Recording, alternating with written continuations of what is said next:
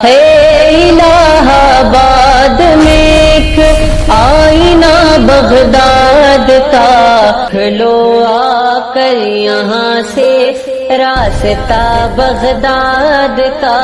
کہ خود نہ تھے جو راہ پر اوروں کے ہادی بن گئے، کیا نظر تھی جس نے مردوں کو مسیحا کر دیا۔ سبحان اللہ سبحان اللہ، بے شک سبحان اللہ۔ کائنات کی اس عظیم ہستی کی یاد میں یہ جلسہ منعقد ہے،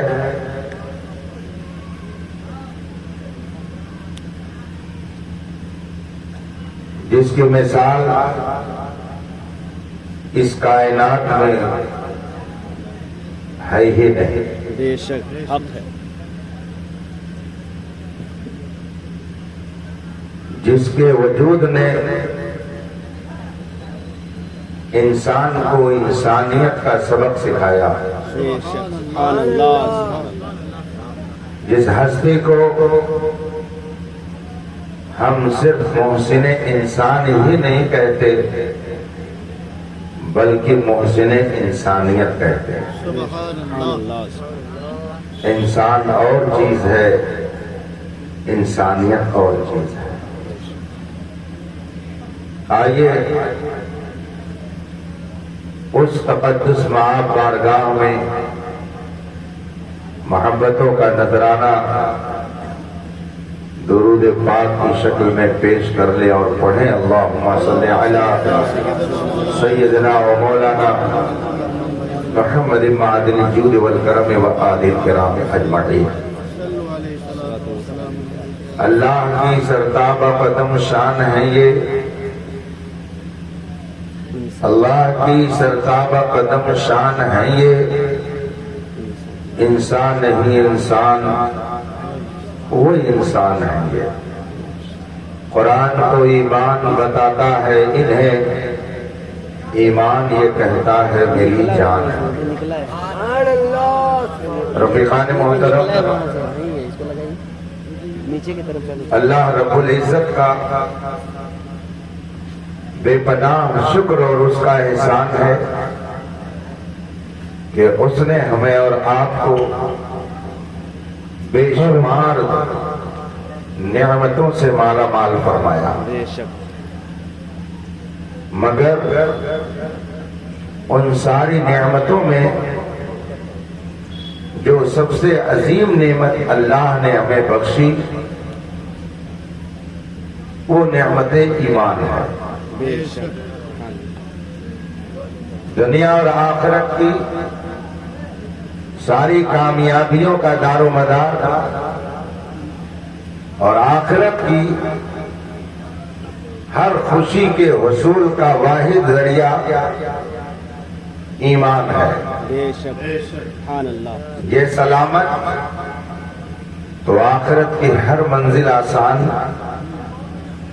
اور اگر یہ غائب تو قبر سے لے کر حشر تک اور پھر ابدالآباد تک انسان کو اللہ کی سزا میں گرفتار رہنا ہے۔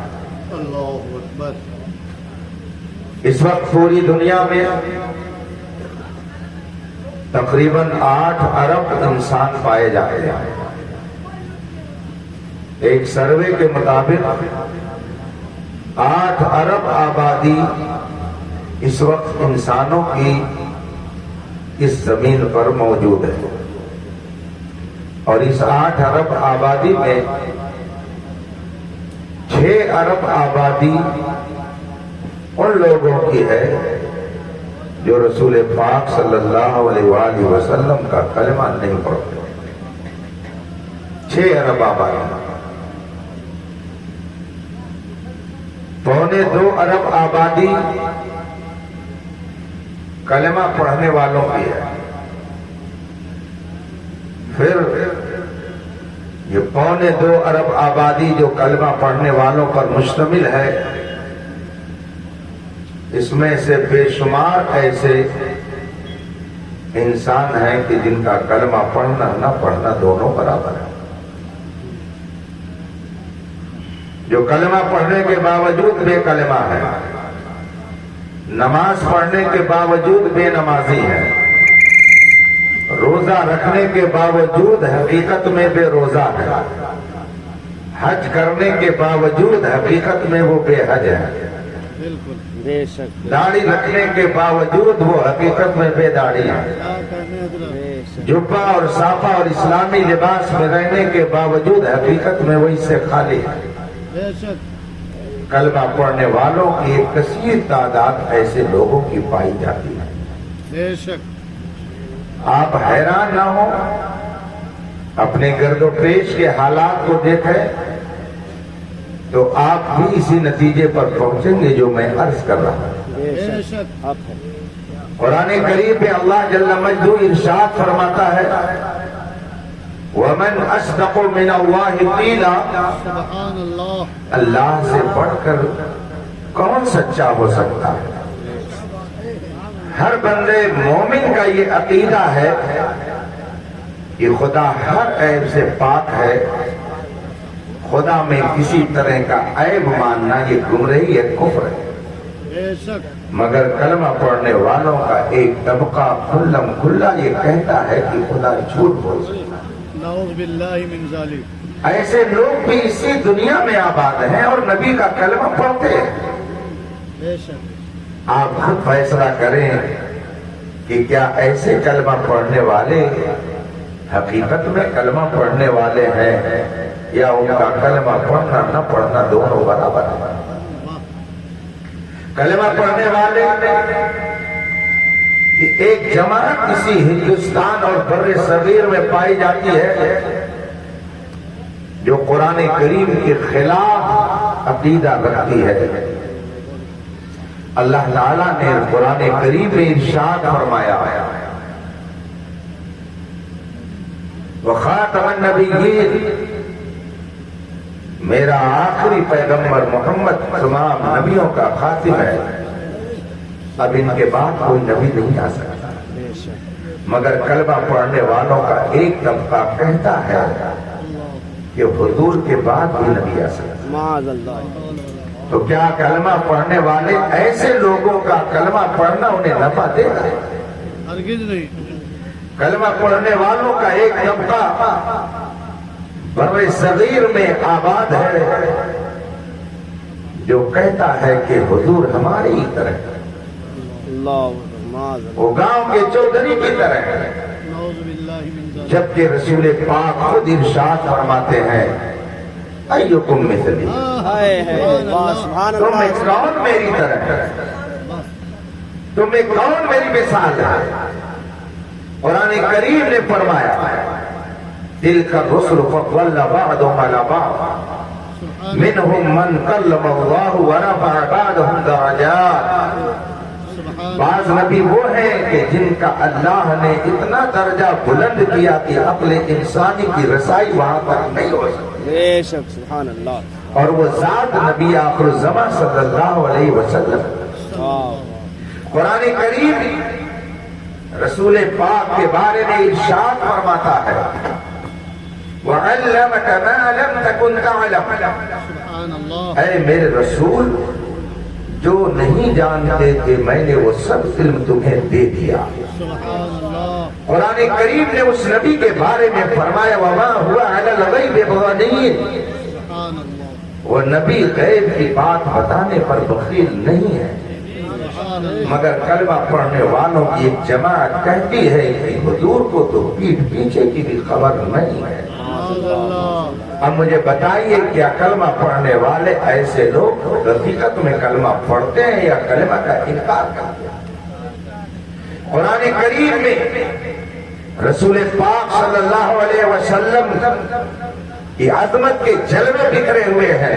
بے شک بے شک۔ رسول پاک صلی اللہ علیہ وسلم کے فضائل و مناقب سے پورا قرآن بھرا ہوا ہے، مگر کچھ لوگ رسول پاک کے علم کے حوالے سے کہتے ہیں کہ ملک الموت روح نکالنے والا فرشتہ رسول پاک سے زیادہ علم رکھتا ہے، اللہ۔ اور ایسے لوگ بھی اسی بر صغیر میں پائے جاتے ہیں۔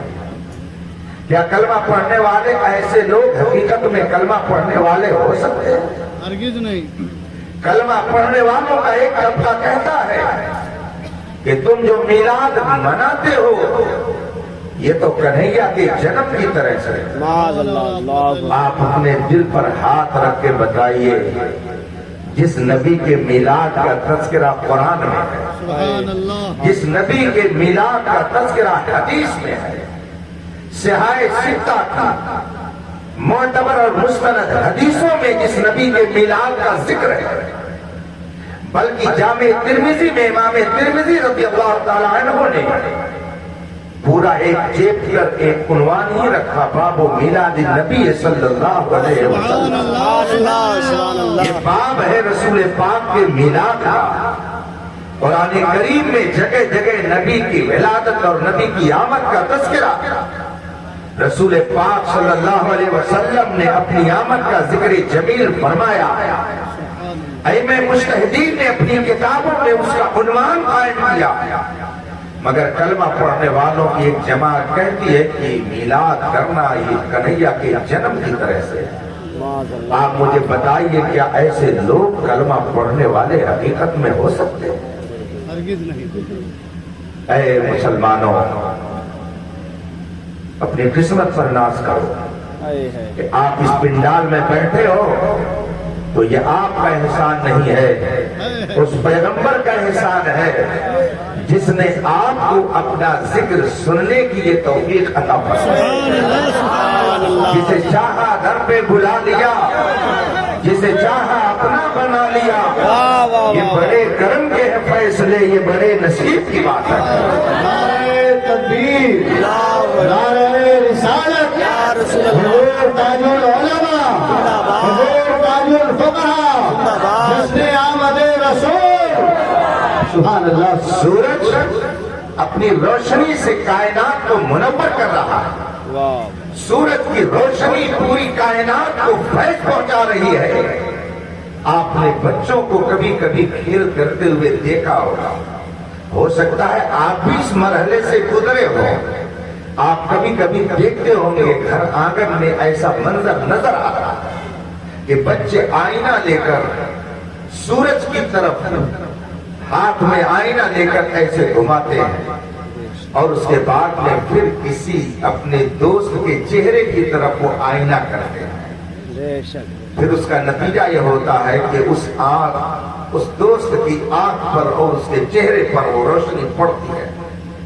کبھی ایسا ہوتا ہے کہ تاریک کمرے کی طرف وہ روشنی پڑتی ہے اور تاریک کمرے میں بھی روشنی پہنچ جاتی ہے۔ سبحان اللہ۔ سورج نے کرنوں کو بھیجا، اس کی شعاعیں، اس کی گرمی، اس کی روشنی اس آئینے میں پہنچی، اور آئینے نے اس کو جذب کر لیا، اور اس کے بعد میں اس نے ریپلائی کر دیا۔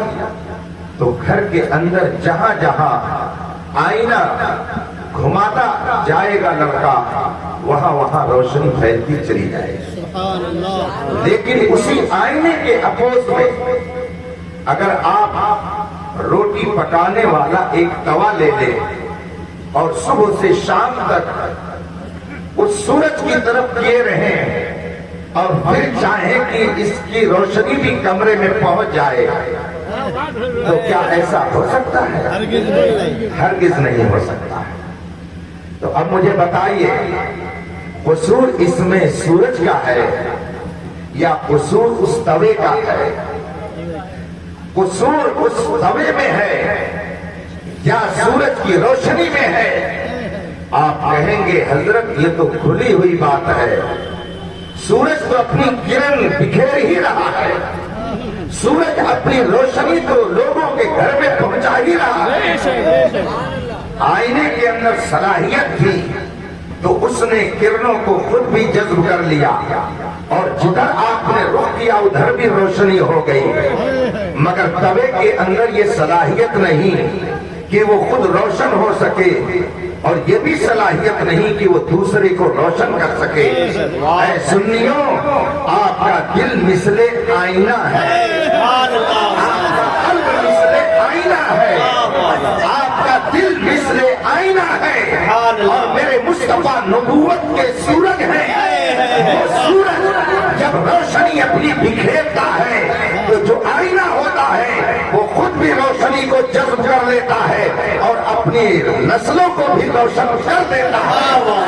جو نسلیں تباہ ہوتے ہیں وہ کافروں کا دل ہے، بے دینوں کا دل ہے، مرتدوں کا دل ہے، نبی سے عداوت رکھنے والوں کا دل ہے کہ وہ صبح سے شام تک خانے کعبہ کے سامنے رہتے ہیں مگر اس کے باوجود اس میں روشنی پیدا نہیں ہے۔ سبحان اللہ، نعرہ تکبیر، نعرہ رسالت، سرکار کی آمد۔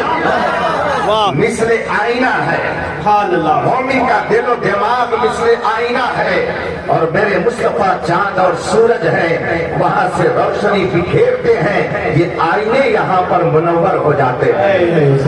روشنی کی حالت یہ ہے، اس چاند کی چاندنی اور سورج کی روشنی کی حالت یہ ہے کہ جو جتنا قریب آئینہ لے کر کے اس کے سامنے پہنچا، سورج نے اتنا ہی اس کو روشن کر دیا۔ ابو بکر سب سے قریب ہوئے تو پوری کائنات میں نور مصطفیٰ سے اس قدر منور ہوئے کہ قیامت تک ابو بکر جیسا بھی کوئی پیدا نہیں۔ سبحان اللہ، سبحان اللہ، نعرہ تکبیر، نعرہ رسالت، سرکار کی آمد، سرکار کی آمد، نعرہ تکبیر۔ مصطفیٰ نبوت کے چاند اور سورج ہیں، واہ واہ واہ، پوری کائنات کو وہ منور کر رہے ہیں۔ یہ اور بات ہے کہ توا بے فیض ہے اور اہل ایمان فیض پا کر مسکرا رہے ہیں اور مسکرا ہی نہیں رہے ہیں بلکہ وہ بابا کے دوہل کہہ رہے ہیں، نثار تیری چہل پہل پر ہزاروں عیدیں ربیع الاول، سوائے ابلیس کے جہاں میں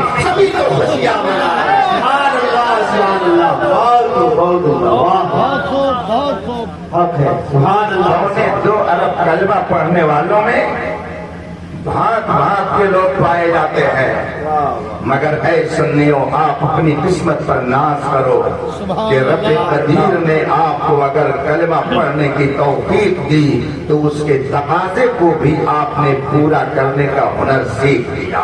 اس لیے کہ جو سنی صحیح عقیدہ ہے اس کا کبھی یہ عقیدہ نہیں ہے کہ خود ہو سکتا کہ خدا جھوٹ بول سکتا ہے، اس کا تو عقیدہ یہ ہے کہ خدا ہر عیب سے پاک ہے، جھوٹ ایک عیب ہے، خدا اس سے پاک ہے، وہ عیبی ہو ہی نہیں سکتا۔ اگر سنی صحیح عقیدہ ہے تو نبی کے بارے میں اس کا عقیدہ یہ کبھی نہیں ہو سکتا کہ وہ ہماری طرح ہے، بلکہ اس کا عقیدہ تو یہ ہے اللہ کی سرتاب قدم شان ہے، یہ انسان ہی انسان، وہ انسان ہے، یہ قرآن تو ایمان بتاتا ہے انہیں، ایمان یہ کہتا ہے میری جان ہے۔ سبحان اللہ، سبحان اللہ۔ اس پیارے سے محبت کرنا سیکھیے، اس پیارے سے عشق کرنا سیکھیے، اس پیارے سے محبت کر کے قوم کو پیغام محبت دیجیے۔ اس لیے کہ دنیا میں اگر کوئی کسی سے محبت کرتا ہے تو اس کے چند اسباب ہوتے ہیں، میں سب کو تو شمار نہیں کرا سکتا اس لیے کہ وقت بہت تیزی سے آگے بڑھ رہا ہے۔ جو چند اسباب میں آپ کے سامنے رکھتا ہوں، انسان اگر کسی سے محبت کرتا ہے تو اس محبت کا دائرہ، اس کا سبب، اس کی وجہ کیا ہوتی ہے؟ سب سے بڑی وجہ یہ ہوتی ہے کہ سامنے والا بڑا حسین و جمیل ہے، بڑا خوبصورت ہے۔ حسن ایک ایسی چیز ہے کہ لوگوں کے قلوب کو اپنی طرف متوجہ کر لیتی ہے اور لوگوں کے دل میں خود بخود آٹومیٹک محبت پیدا ہو جاتی ہے۔ حسن و جمال یہ محبت کا ایک سبب ہے، ایک محبت کی وجہ ہے، محبت کا ایک ذریعہ ہے۔ حسن و جمال کی بنیاد پر آدمی کسی سے محبت کرنے لگتا ہے، یہ ایک پہلا سبب ہے۔ کیا آپ نے نہیں دیکھا ابھی چند سال پیشتر ہندوستان میں ایک ایسے عالم ربانی کا بھی چہرہ ہم نے اور آپ نے دیکھا کہ وہ جدھر گزرے ادھر ہی روشنی ہوتی گئی، جسے تاج شریعہ کہا جاتا ہے۔ لوگ جب ان کے حسن کو دیکھتے تھے تو دیکھتے ہی رہ جاتے تھے۔ میں ایک بار بامبے حضرت کے ساتھ ایک اجلاس میں گیا، چند غیر مسلم نیتا اور عہدے داران وہاں ذمہ داری سنبھالے ہوئے تھے، لیکن جب تاج شریعہ اسٹیج پر پہنچے تو انہوں نے وہاں کے کے مسلم رضاکاروں سے کہا یہ چہرہ یہ کسی انسان کا چہرہ نہیں لگتا ہے، یہ چہرہ یہ کسی فرشتہ صفت کا چہرہ لگتا ہے، یہ تو کوئی دیوتا معلوم ہوتے ہیں۔ ہم چاہتے ہیں کہ ذرا ان کے چرنوں میں تھوڑی دیر بیٹھ جائے، ان کے قدموں کو چوم لے۔ میں نے دیکھا کہ وہ سینے پر بیتابانہ چڑھتا ہوا حضور تاج الشریعہ کے قدموں میں جا کر کے گر جاتا ہے۔ جب مصطفیٰ کے ایک غلام کے حسن کا یہ عالم ہے کہ اگر اسے دیکھ لے تو لوگ بے خود ہو جائیں، تو مجھے کہنے دیجیے کہ حسن و جمال ایک ایسی شے ہے کہ جس کی بنیاد پر انسانوں کے دل اس کی طرف کھنچ جاتے ہیں۔ اور اگر حسن و جمال نہیں ہے، پیکرے جمال پیکرے حسن کوئی نہیں ہے، لیکن دوسری خوبی اس کے اندر پائی جاتی ہے، مثلا وہ بڑا علم والا ہے، حسن تو اس کے پاس کوئی خاص نہیں ہے مگر علم بہت زیادہ ہے، اس کے علم کی بنیاد پر بھی لوگ اس سے محبت کرنے لگتے ہیں، اس کی عظمت اپنے دل میں بٹھا لیتے ہیں، اس کی قدر و قیمت دلوں میں بیٹھ جاتی ہے۔ اور اگر کسی کے پاس حسن و جمال بھی نہیں ہے، حکمت و دانائی بھی نہیں ہے، علم بھی نہیں ہے، مگر ہے بہت سخی، کوئی اس کے دروازے پر جاتا ہے تو وہ واپس نہیں کرتا ہے، صبح سے شام تک اگر 1,00,000 ہاتھ اس کے سامنے پھیلتے ہو تو سب سے دامن کو وہ بھرتا ہوا نظر آتا ہے۔ اگر ایسا کوئی شخص ہے تو ایٹومیٹک لوگ اسے محبت کرنے لگتے ہیں کہ بڑا سخی ہے، بڑا دیر لاتا ہے، غریبوں کے دل میں خود بخود اس کی محبت پیدا ہو جاتی ہے۔ اور بھی بہت سارے اسباب ہیں کہ جن کو آپ سمجھتے رہیے۔ اب مجھے کہنے دیجیے کہ اگر دنیا میں کسی سے حسن و جمال کی بنیاد پر محبت کی جائے تو بتائیے اس کائنات میں میرے مصطفیٰ سے بڑھ کر کے حسین کون پیدا ہوا ہے؟ رسول پاک سے زیادہ حسن و جمال والا کون پیدا ہوا ہے؟ رسول پاک سے زیادہ پیکر جمال کون ہے اس کائنات میں؟ حضرت سیدنا جبریل علیہ الصلوۃ والتسلیم رسول پاک کی بارگاہ میں جلوہ گر ہیں۔ میرے آقا نے ارشاد فرمایا اے جبریل کیا تو نے میری طرح کسی کو دیکھا ہے؟ حضرت جبریل عرض کرتے یا رسول اللہ قلبت الارض مشاربها ومغاربها، یا رسول اللہ میں نے زمین کو الٹ پلٹ کر کے دیکھا، پورا پچھم کو دیکھا، اتر دکھن کو دیکھا، زمین کو الٹ پلٹ کر کے دیکھا، مگر میں نے آپ جیسا تو کسی کو نہیں دیکھا۔ یہی بولے سدرا والے تم نے کہاں کے پھالے سبھی میں نے چھان ڈالے، میرے پائے کا نہ پایا تجھے ایک نے ایک بنایا، تجھے حمد ہے خدایا، تجھے حمد ہے خدایا۔ نعرہ تکبیر،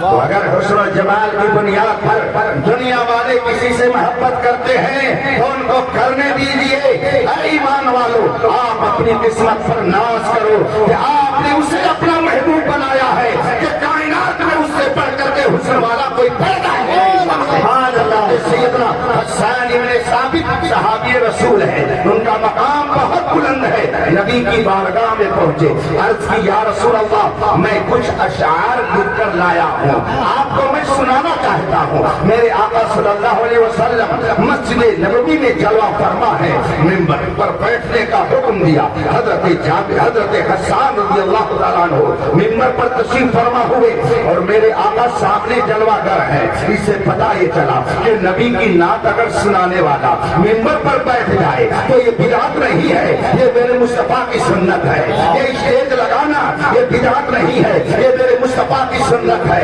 اس طرح سے اعزاز کرنا یہ بدعت نہیں ہے، یہ میرے مصطفیٰ کی سنت ہے۔ حضرت حسان ابن ثابت منبر پہ جلوہ فرما ہوئے، میرے آقا سامنے تشریف فرما ہے، ارشاد فرماتے ہیں اے حسان ذرا سناؤ تو وہ اشعار جو تم نے لکھ کر کے مجھے سنانے کی تمنا ظاہر کی ہے۔ حضرت حسان عرض کرتے یا رسول اللہ وَأَحْسَنَ مِنْكَ لَمْ تَرَ قَطُّ عَيْنِي وَأَجْمَلَ مِنْكَ لَمْ تَلِدِ النِّسَاءُ وَلِدْتَ مُبَرَّأً مِنْ كُلِّ عَيْبٍ كَأَنَّكَ قَدْ خُلِقْتَ كَمَا تَشَاءُ۔